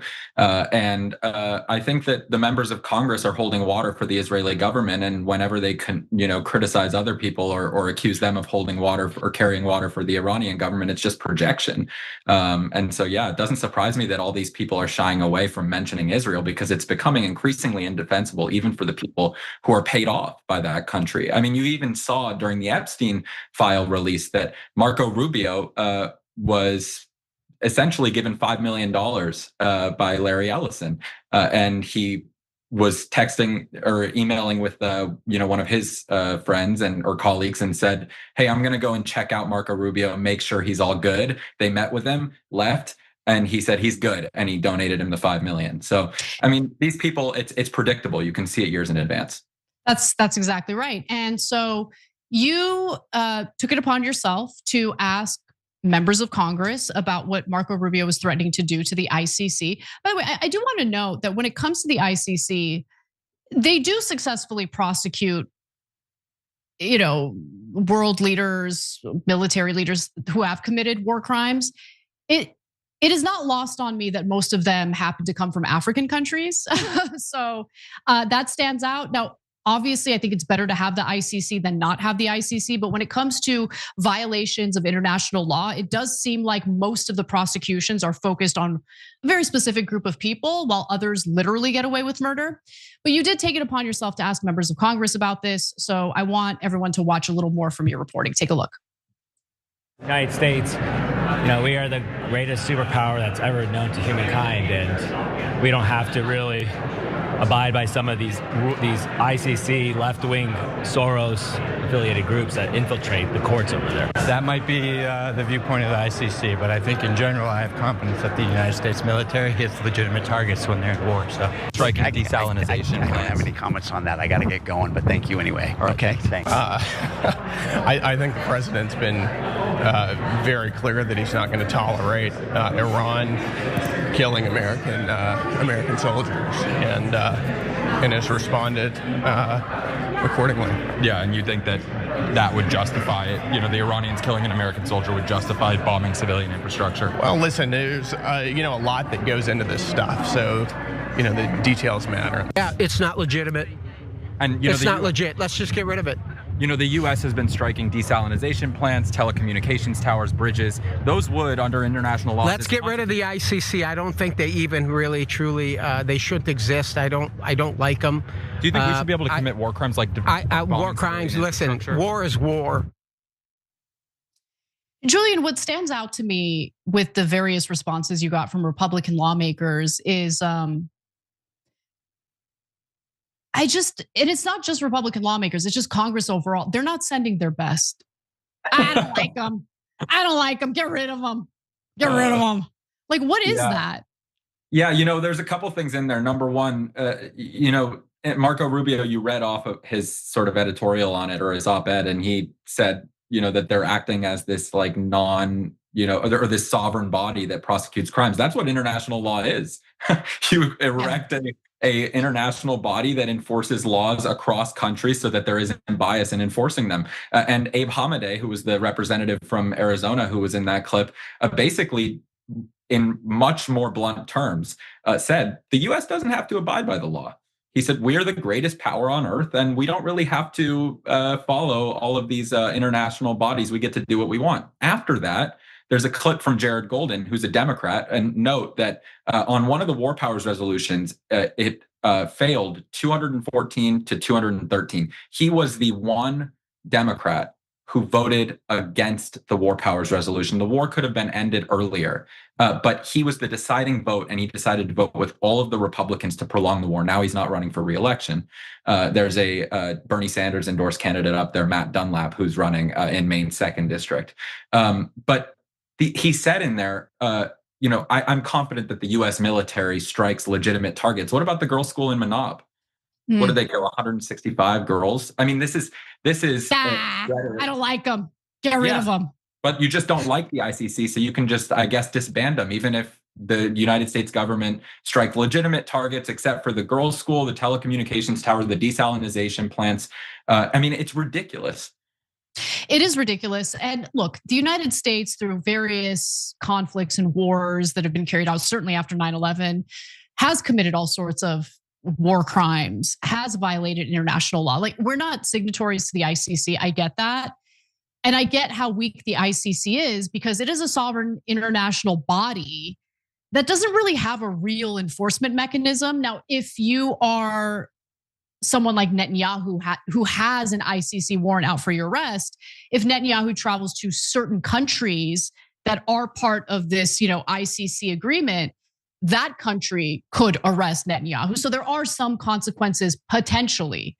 However, it's incredible to me that Israel is so sensitive that even knowing how weak the ICC is in enforcing international law, they're still getting Rubio to threaten the ICC. They're getting Rubio to write his cutesy little op-ed in the Wall Street Journal. It's so pathetic. And it, more than anything, it's both embarrassing for Americans on the international stage, because it's very clear that we are not a superpower when you have a tiny little foreign country manipulating our government like this. But aside from that, are we really a superpower when we just showed the entire world our asses? And what I mean by that is, we're running low on missile interceptors. We're running low on missiles, period. Okay, drone warfare has obviously advanced to the point where, cheap little drones just do a number on our military assets. And so we are actually creating the type of environment, in my opinion, that makes the United States less safe. So this whole notion that we can go around the world doing whatever we want, in my opinion, is a total illusion. And at some point, I am concerned that the chickens are coming home to roost. And is there anyone in Congress that you have spoken to who shares a similar concern? Yeah, I think there are some people, but it's quite few and far between. I mean, Ilhan Omar would be one of them. She talks about this pretty bluntly. I've heard Ro Khanna talk about it. But they tend to be from that wing of the party and very specifically as such. I mean, I think that there's something really interesting to point out from the interview, from the interviews that we spliced into that compilation that you played, which is that whenever I bring up that the US is committing war crimes or that Israel's committing war crimes, the immediate response from the Congress member, whether it's a Republican or a pro-Israel Democrat, is to say, do you condemn that the Iranians did X? Do you condemn that the Iranians hung, protesters in the street or whatever? And my answer is usually yes. Do you condemn that we're striking desalinization plants? And the reason why they ask that question and they're surprised, like you saw with Dan Moiser, who froze up when I said yes, and later on in that clip, they're surprised because they expect that other people are beholden to governments in the same way that they are. They think, oh, well, because I carry water for the Israeli government and I defend everything that they do, and because I carry water for the US government and I defend everything that they do, then this reporter who's criticizing those governments must carry water for another government. And no, I only pursue the truth. Right? Mm-hmm. I am only after the truth. And the truth is that the US and Israel are killing civilians en masse, and they are not operating within the rules of war. War is horrible as it is, but if you're not operating within international law while you're conducting a war, that's even worse. And when I go up there and ask about it, they're shocked because, as you mentioned at the beginning of the show, all of the other reporters from legacy media outlets and corporate media papers and stations, I'm like shocked by it. They're not asking any questions about the war or the way the US and Israel have been carrying it out. Maybe that's because Axel Springer's constitution was signed by all of those Politico journalists that them to recognize Israel's right to exist as a Jewish state.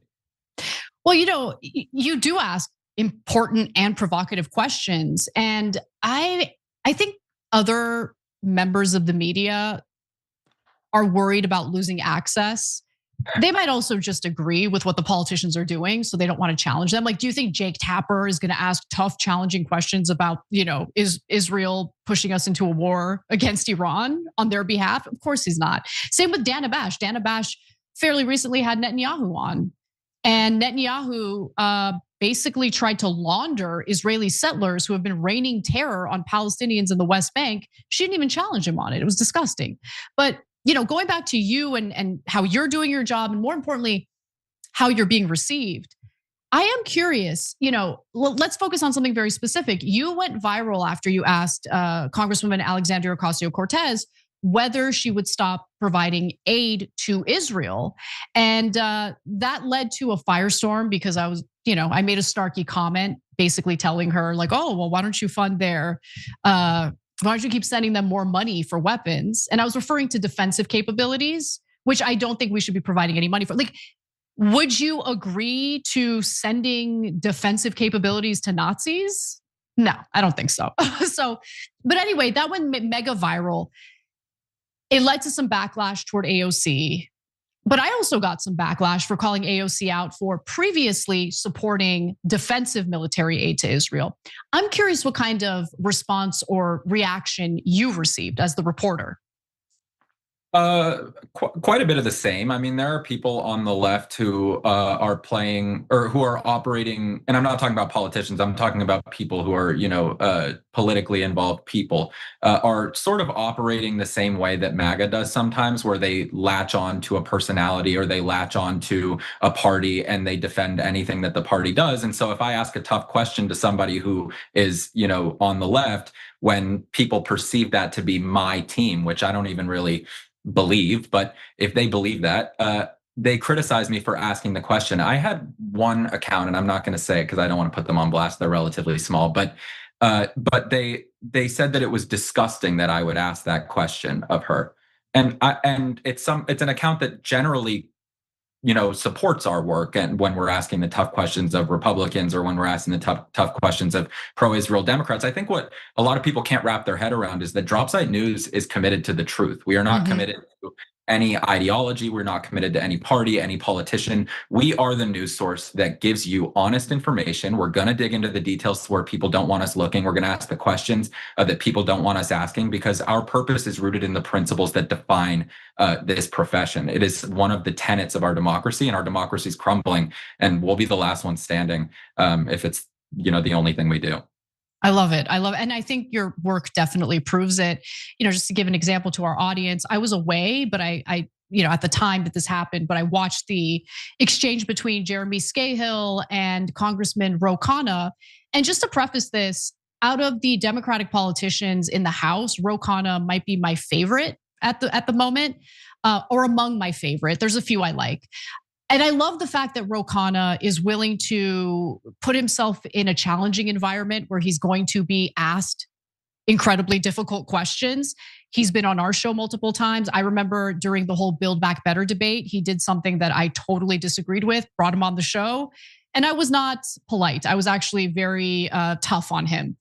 But he came back after that, and I respect that. Now, that being said, we're living in this environment of such crappy journalism that it was so jarring for so many people to witness Jeremy Scahill do his job and pose difficult, challenging questions about military aid to Israel. And, Ro Khanna struggled a little bit. I think Ro Khanna is where I was, I don't know, maybe 3 months after the genocide in Gaza had started. And what happens throughout the months, throughout the years of genocide is you become more and more open to the truth. And the truth is really hard to accept. It is hard to accept that a longtime US ally has been such a detriment to the American people and to our country. It's hard to accept that. It's hard to accept that we have been funding war crimes and this belligerent state has been using our weapons and our money to commit crimes against humanity. But that is what's happening. And so it is important for someone like Jeremy to ask the types of questions that he did. And of course, he got a lot of backlash from the very crappy journalists who probably felt a little jealous that, hey, that's what I was supposed to be doing, but I'm doing the opposite. I'm providing PR to politicians who are failing us, whereas Jeremy Scahill is challenging them. And that's what journalism is supposed to be, in my view. And so I really appreciate what you guys are doing at Dropsite. And I want to give you an opportunity to plug some of your work and just give us some final thoughts. Yeah, I wanted to touch on that last thing there about Jeremy. I mean, Jeremy is an incredible journalist, and he is so dedicated to the facts. And he's also been around all of these people who are suffering the consequences of these war crimes, of genocide, of ethnic cleansing, of forced displacement. And so I think that anger that you saw, that passion that came out of him is passion that he has felt and that's been festering, and it is towards the Israeli government. It's towards the United States. These entities that have been inflicting that type of violence on people who he's grown to know and perhaps even love, and report on. I mean, these are people whose stories he's hearing every day. They're being vulnerable with him, and so I think that's what that was coming from. I don't think that he was angry at Ro Khanna or anything, but I do think he did his job quite well there, and I do think Ro took it well. And I think that, look, journalism, like you said, is sort of a lost art. As soon as the 24-hour news cycle started, advertisers got in, conglomerates started eating, swallowing up all of the outlets and papers. And now, news is fully corporate. Media is controlled by this very corporate interest they're supposed to be reporting on and holding accountable. And I think that's one of the things that's really encouraging about independent media springing up like Dropsite. We don't have any corporate bosses. We don't have any donors who are trying to steer our coverage. We're funded by our readers. And it is so rewarding to hear from our readers, to have them reach out, to have them suggest questions, because we know we're being accountable to the people that we're doing it for. So with regard to plugging work, you can go to dropsitenews.com. Our subscription is free. There's also a paid subscription for $99 a year. That's less than 25 cents a day. And then for me personally, my Twitter is just my full name, Julian Andreone, and my Instagram is the Julian Andreone, because the former was taken, and so I added a the. I don't think I'm a special important. And I really appreciate everybody on the Young Turks. I mean, I was a viewer for a long time in high school. You know, you and Cenk were, you know, a big part of like my introduction into becoming passionate about politics, and to be on the show is a total honor. And so I'm really grateful for you guys. Well, it's an honor to have you. And just one word of advice, you know, Dropsite is still, you know, a bit of a startup. It's got that startup feel. Yeah. These are the halcyon days. Savor it. Trust me. Okay. We love it. All right. Well, thank you, Julian. And hopefully we'll have you on soon again. Absolutely. Thank you. Thank you. All right, everybody, we're going to take a brief break. And when we come back, we'll talk a little bit about that Saudi nuclear deal that was struck by Donald Trump, as we are in the middle of a war against Iran because we don't want them to have a nuclear program. Anyway, we'll be right back.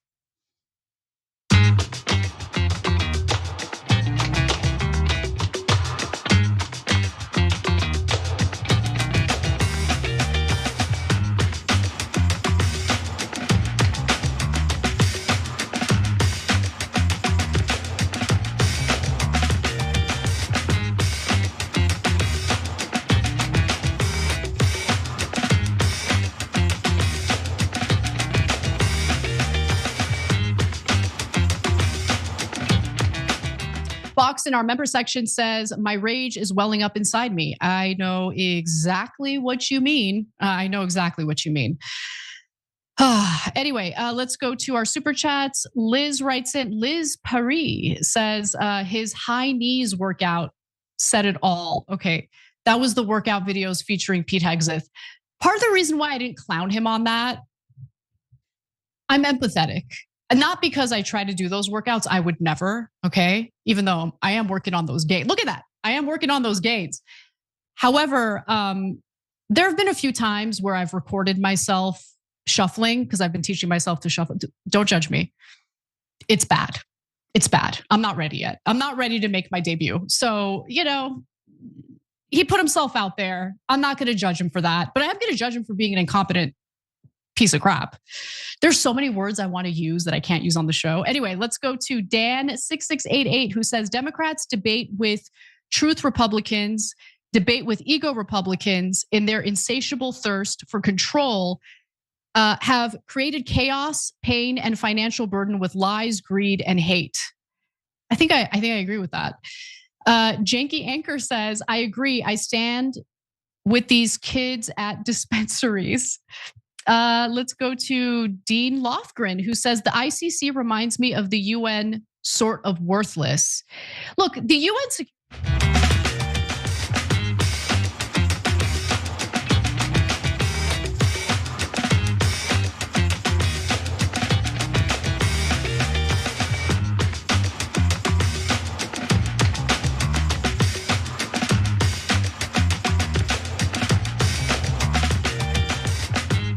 We have so many stories we haven't gotten to yet, so I'm not wasting any time. Let's get to the next one. I want to talk about this nuclear deal. It's insane. It really is. So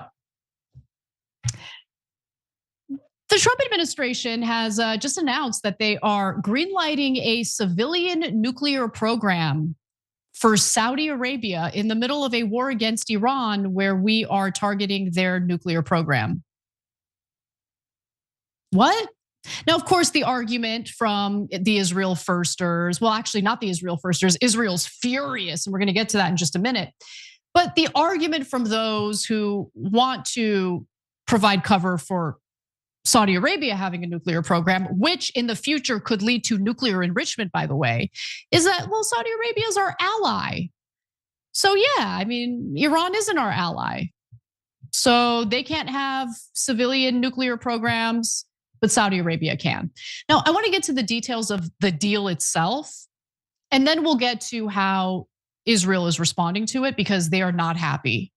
Remember, Israel's main goal is to be the hegemonic power in that region of the world. That's the reason why we're not even done with the war against Iran, and they're already ramping up to start a war against Turkey. So the idea that Trump is opening the door to possible uranium enrichment for the Saudis, that's infuriating them. So this is part of the reason why I think that what Trump has just done is open the door for potential war against Saudi Arabia, especially if we remain allied with Israel. So let's talk a little bit about the deal itself. I want to be clear that this is not a novel idea. This is not something that Trump thought up out of nowhere. This was actually part of negotiations that began under the Biden administration. So before October 7th, the Biden administration was considering a similar move for Saudi Arabia. However, they had a pretty big caveat. There was a condition. The condition was going to be that the civilian nuclear program would only be allowed if Saudi Arabia agreed to normalize its relations with Israel, join the Abraham Accords, that type of stuff. Now, fast forward to the Trump administration, and he is not going to tie this deal to Israel at all. So normalization of Israel is not part of, the quid pro quo here between the United States and Saudi Arabia, which I particularly enjoy. I don't think that normalization with Israel should matter at all in any deal the United States makes with a foreign country. But do I think this is overall a good idea to do this nuclear deal with Saudi Arabia? Probably not, because of what I think it's going to open the door to. I don't have a problem with any country having a civilian nuclear program. So low-grade enriched uranium can be used for, energy purposes. It could be used for medical purposes. However, this does open the door for them to enrich uranium to a higher percentage, much like the Iranians did, which creates an excuse to go to war because the Israelis are so scared. So there are a few catches in this deal that Trump has agreed to. So number one, American companies will be the ones developing Saudi Arabia's infrastructure moving forward. Other countries will be frozen out. Trump's got to look out for his real estate buddy friends, Not looking out for the American people, not looking out for world peace, not even looking out for what's in the best interest of the Saudis. He could care less. He couldn't care less. He is looking out for his real estate buddies. Okay, great. The US would get a say in whether or not Saudi Arabia gets to enrich uranium. Now, this part is important because people are panicking about the prospect of them enriching uranium. And so according to this deal, the US and Saudis, they're gonna do like a joint study on the matter, okay? If the US then gives Saudi Arabia the go-ahead to enrich uranium, American companies would develop a facility to enrich the uranium. And I guess the idea here is, well, this is gonna be under the control of the Americans, so everything's gonna be okay. But if the US says no, Saudi Arabia would be locked out of enriching uranium for 10 years.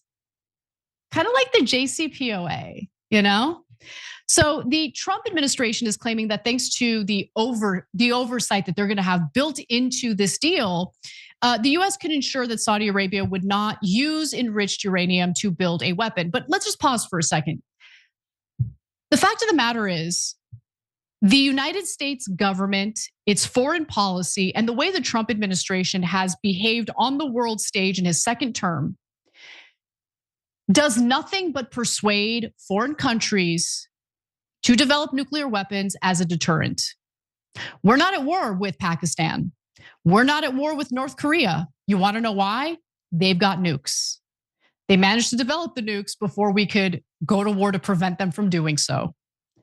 So considering the fact that Iran, leading up to this disastrous war, this devastating war, did everything they could to prevent the war from happening, considering the fact that they didn't have nuclear weapons and weren't even working on nuclear weapons, but we attacked anyway, viciously. And so other countries, certainly in the region, are thinking to themselves, we better find a way to develop nuclear weapons as a deterrent. And I think that's probably what the Saudis are thinking about here. And I can't blame them. How are you going to blame them? I can't blame them. If I were Mohammed bin Salman, which I'm glad I'm not, but if I were in his shoes, oh yeah, I'd want to develop a nuclear weapon. And that's the Trump administration's fault. Other countries want to prevent the Trump administration from doing to it what the Trump administration has done to Venezuela, to Iran. You get the picture. Now, US Energy Secretary Chris Wright says, rest assured, these agreements uphold the highest standard of nuclear safety and non-proliferation while relying on the world's best nuclear technology and scientists designed right here in the United States. Thanks to President Trump, the American nuclear renaissance is underway and will deliver long-term benefits to the American and Saudi people. You want to know where I want to develop nuclear energy? The United States of America. Can we do that? Can we please develop nuclear energy? Clean nuclear energy that closes the gap if we want to move away from oil or natural gas. Nuclear power is the cleanest form of power outside of renewables, which are just not reliant enough to replace fossil fuels with. But instead of thinking about how we can bolster our energy, our ability to be energy sufficient, we're like working on deals on behalf of private industry for Saudi Arabia's nuclear program. Okay, so let's talk about the reactions, because while Chris Wright and Trump clearly are in favor of a deal like this, others aren't so convinced. So the Israelis are absolutely livid. They are seething about this administration deal with Saudi Arabia. So Heritage Minister Amichai Eliyahu, who is a disgusting, deplorable human being, considering the gross genocidal statements he has made in the past, he's in the far right Otzma Yehudit party. Here's what he stated about it. We will do as much as we can in the international arena and in our foreign policy to halt the possibility that in the Middle East, a certain country, because we can't rely on it for the long term, has a nuclear weapon. So I don't care what the Israelis want at all. Like, Israel's main goal is to be the hegemon, the main power in that region of the world. So they want to weaken every other country, by the way, including countries that have been cordial, friendly, who want to have a relationship with Israel. Like, these people are such backstabbing weirdos and losers. Like, you can't have a military if you're a Middle Eastern country, because Israel wants to be able to come in and crush you at any moment that they please. That's what they want. So there's more. Opposition lawmaker and former defense minister Avigdor Lieberman also raged, saying, everyone needs to understand that the Saudi civilian nuclear program will end up with nuclear weapons and lead to a mad arms race across the entire Middle East. Your behavior and US foreign policy is what's going to lead to a mad arms race across the Middle East. But let me continue with the statement. He says, the Israeli government must act decisively against the American Congress to stop the process. Well, to be fair, the Israeli government has acted decisively against the American Congress and the American people for a long time now, haven't they? You guys excel at that. You're really good at it. He called on Jerusalem and pro-Israel groups like AIPAC and others to fight the pact and convince Congress to vote against it, even if it means splitting with US President Donald Trump. Quote, we need to be firm and not stutter. And look, they're not the only ones who have a bone to pick when it comes to this deal. You have commentators and politicians alike who are speaking out against what Trump is doing here. They don't agree with allowing Saudi Arabia to have a civilian nuclear program. Let's start with Steve Bannon. We have to go through and check this math out on the cost of the war. And I understand, hey, I don't completely get, but I understand, on this Abraham Accords, there's kind of the substrate for everything that's going on. Saudi Arabia's got to step up. Maybe before we give them a nuclear deal to let them get nuclear technology, they got to start writing some big checks. This thing's got to be paid for, and it cannot be paid for by the American people. All right, I don't really trust anything that comes out of Steve Bannon's mouth, but what he said there is true. Like, my biggest issue with this is it's setting us up for more war in the Middle East. And also the hypocrisy of it all. The fact that this is happening in the middle of us engaging in a war against Iran because we don't trust them to have a civilian nuclear program, but we trust the Saudis. Why do we trust the Saudis? What's the dominant religion in Saudi Arabia? And when you consider some of the more extremist elements in Saudi Arabia, how is that any different from the extremist elements in Iran? I don't understand. Like, the way we get to determine who the threat is relies heavily and solely on who and what Israel thinks poses a threat to them. And in most cases, they're not even really worried about a threat. Like, most countries are not looking to attack you unless you're trying to expand your borders, unless you want to weaken them so you're the hegemon in the region. And here's Democratic Representative Brad Sherman, unfortunately, my congressman, grilling Mike Waltz about this. Let me point out that Senator Rubio and I, in 2018, introduced the No Nuclear Weapons for Saudi Arabia Act, which mandated that any agreement with Saudi Arabia would have to have the affirmative approval of the United States Congress. And I miss Senator Rubio. The Secretary Rubio takes a completely different position. Is there any reason we should be bombing Iran because they won't agree to limit their nuclear program, while telling Saudi Arabia we give them the green light and they don't even have to agree to these additional absolutely. inspections? There's been half a dozen UN resolutions saying Iran cannot and should not have a nuclear weapon. And they're the largest reclaiming my sponsor of time, terrorism reclaiming my in the time, world. So yes, there's a reason we should be Mr. bombing Chairman, Iran, can you and keep not order? Saudi The only difference I see here is that Westinghouse stands to make an awful lot of money on this deal, whereas the Iranians were not enriching American companies. I mean, but Brad Sherman's correct in everything that he assessed there. So I have to give him credit, even though I think he's a terrible representative.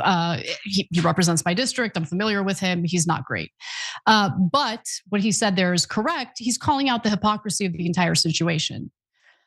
I just want the US to stop. Just stop all of it. Stop all of it. Stop meddling in other countries. Please stop. Please get out of that region entirely.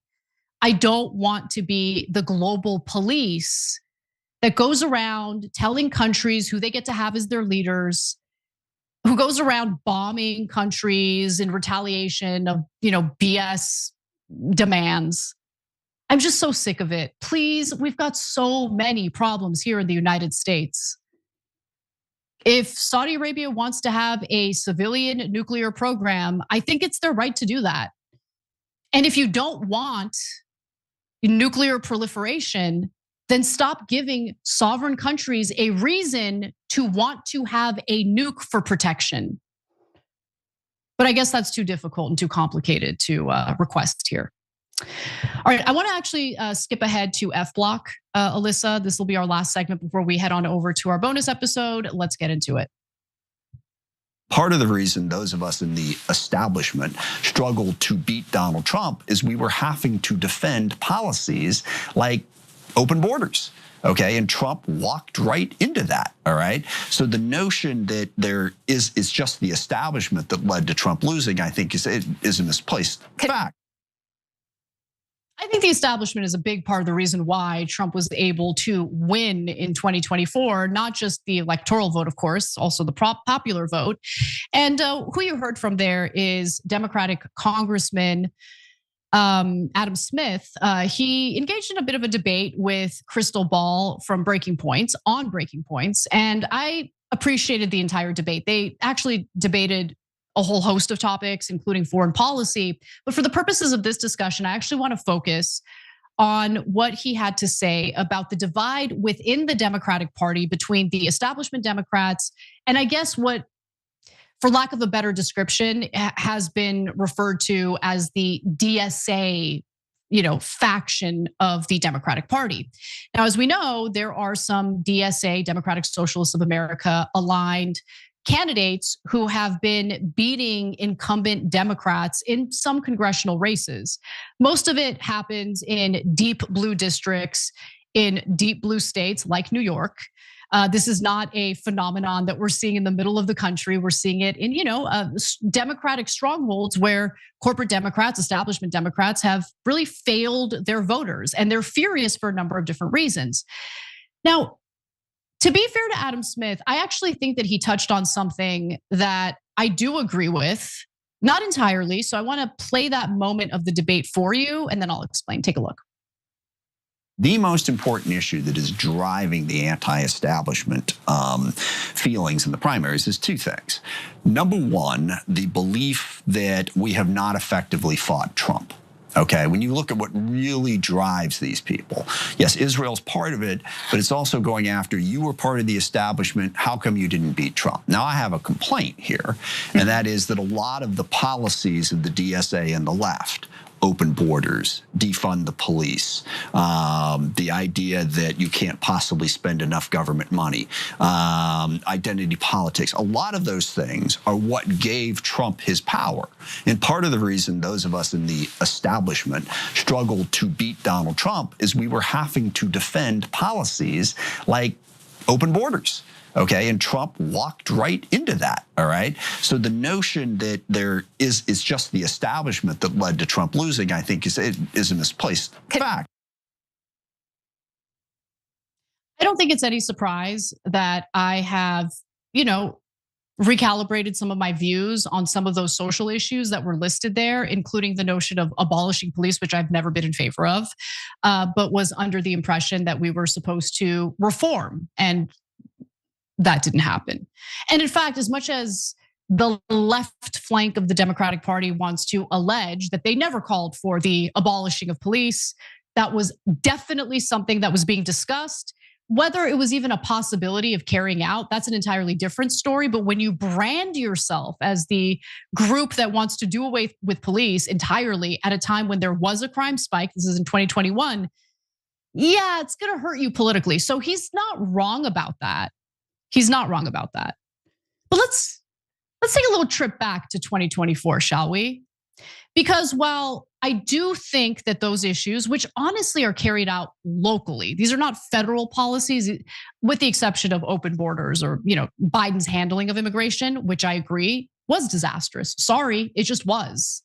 And that led to a lot of backlash toward the Democratic Party, not just from conservatives, but also longtime Democratic voters, which is why if you looked at the election results and you compared them in blue cities like Los Angeles, San Francisco, Chicago, you compare the percentage of the vote that was liberal to conservative.